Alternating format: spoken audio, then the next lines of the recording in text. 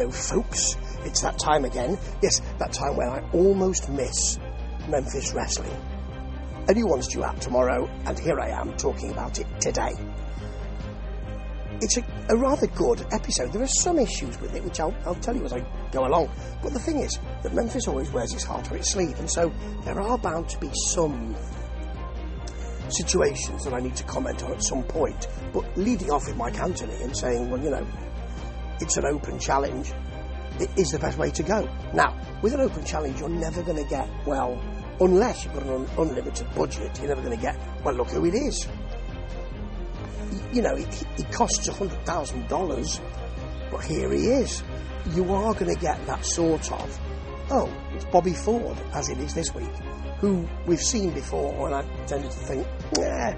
But what you do get is he's having a bloody good go, folks. And Mike Anthony is such a good seller.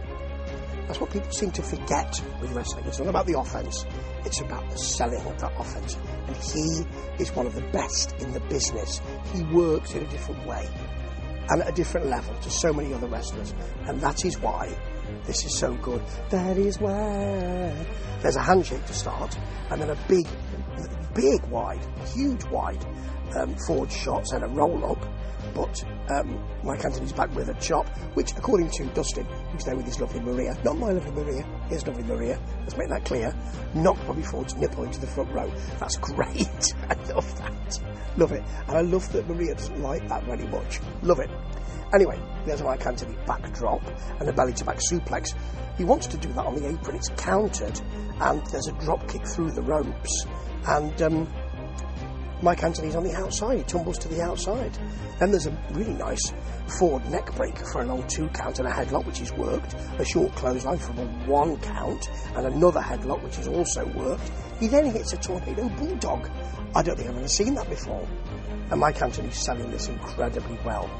He then tries for the genetic dream. Doesn't manage it. And Mike Anthony is standing there looking at him as if to say, how dare you? It's brilliant. Just stares at him, throws him around the ring, hits the brainbuster, done. It's rather good. And Zay Washington then attacks him with a chain, and Bobby Ford steps in to help him. Zay Washington versus Mike Anthony would be a superb match, and I suspect they're going to take the title off Mike Anthony. But the match would be just stupendous, as opposed to this match, which is not great. I like Ray Sanders a lot. Ray Sanders. I like Eli Knox, the gold standard, a lot. It's just not, doesn't take flight, this one. I like that Ray's Rana, Hurricane Rana, very tough. And Eli Knox has to bail from that. It's a drop kick through the ropes, and then a roll through shotgun drop kick, which is lovely. But when he gets to the ropes, Knox picks him off there and kind of crumples with him.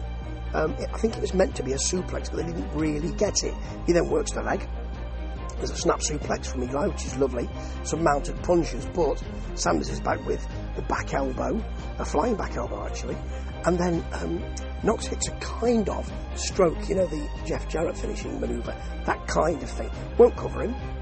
Misses the running knee because he set himself up for that. And then Sanders hits what's called the X-ray vision. It's a terrible name for a kind of springboard flatliner sort of thing for the pin. It wasn't bad, but it wasn't brilliant. And also not brilliant is this Wolf promo. We've seen this several times over the last few weeks. Brother Bruce, in a kind of Wolfen type way. You've got a narrative or a narration that's done by Sister Asa. You can't really do it, and I wouldn't expect her to.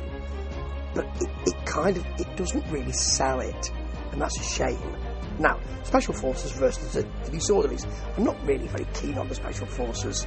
You know, what they call James and Jason, aren't they?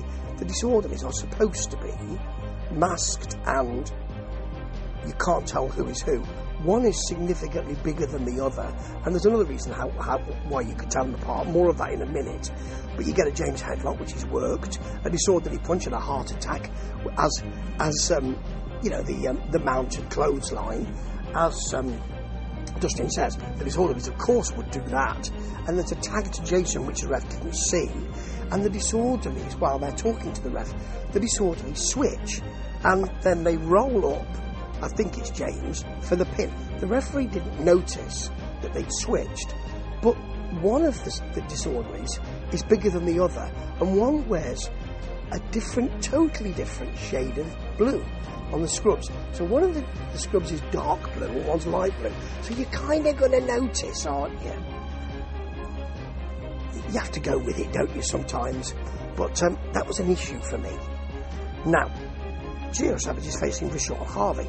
Jake Brewer, who's their interviewer, fresh-faced lad, fresh-faced, is with Vashon Harvey. He says, will you bounce back this week? Vashon doesn't like that. And Oso looks different.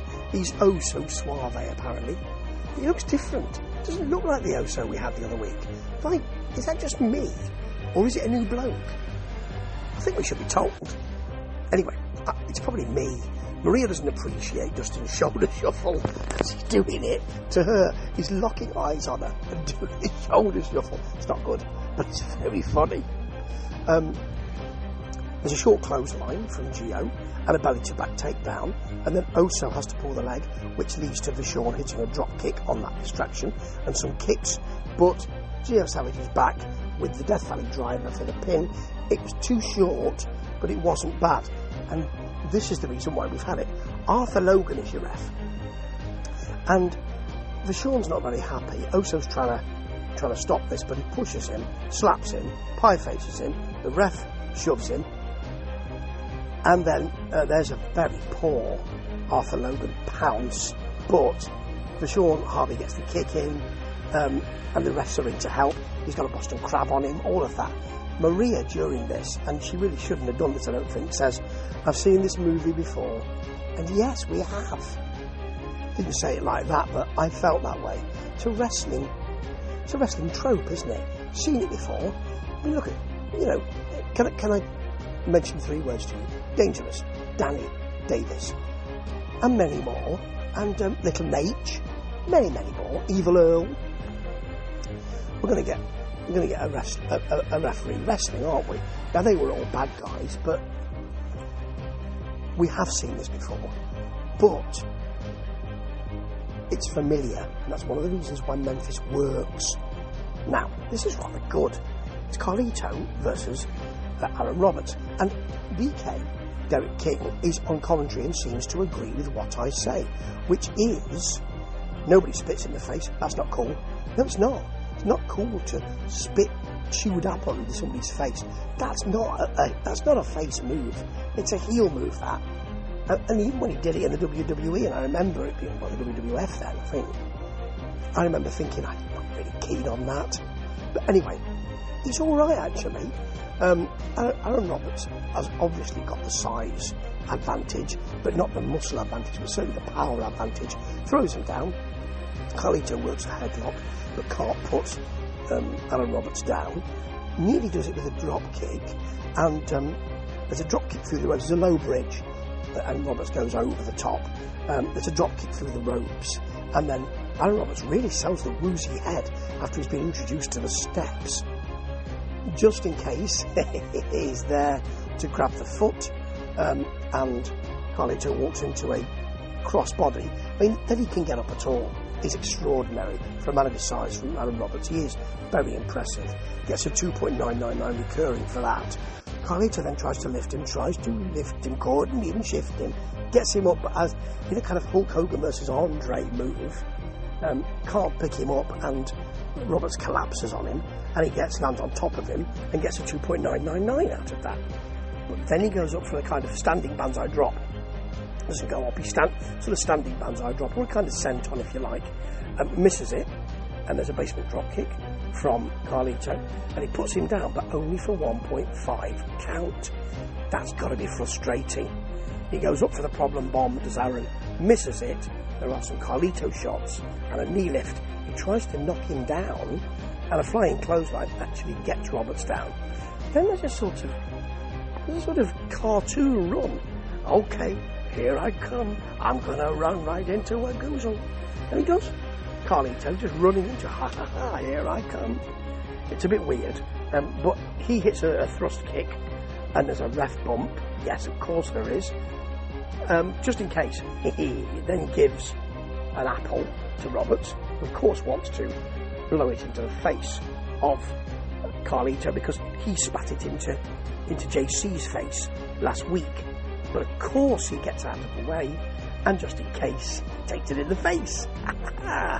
And he uses the kerfuffle to get the roll up and the pin, does Carlito. Now, Aaron Roberts' shocked face was just superb at the end of that, and it had some fantastic moments, Memphis Wrestling. It really worked this week. Some bits I thought, yeah, and I could see longer matches, and I've been saying this for a while, because those people can really wrestle.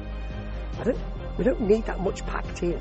You could have an extra few minutes on two of the matches, and that would be even better. But that main event and that first match worked so well, and there was some fun in the middle as well.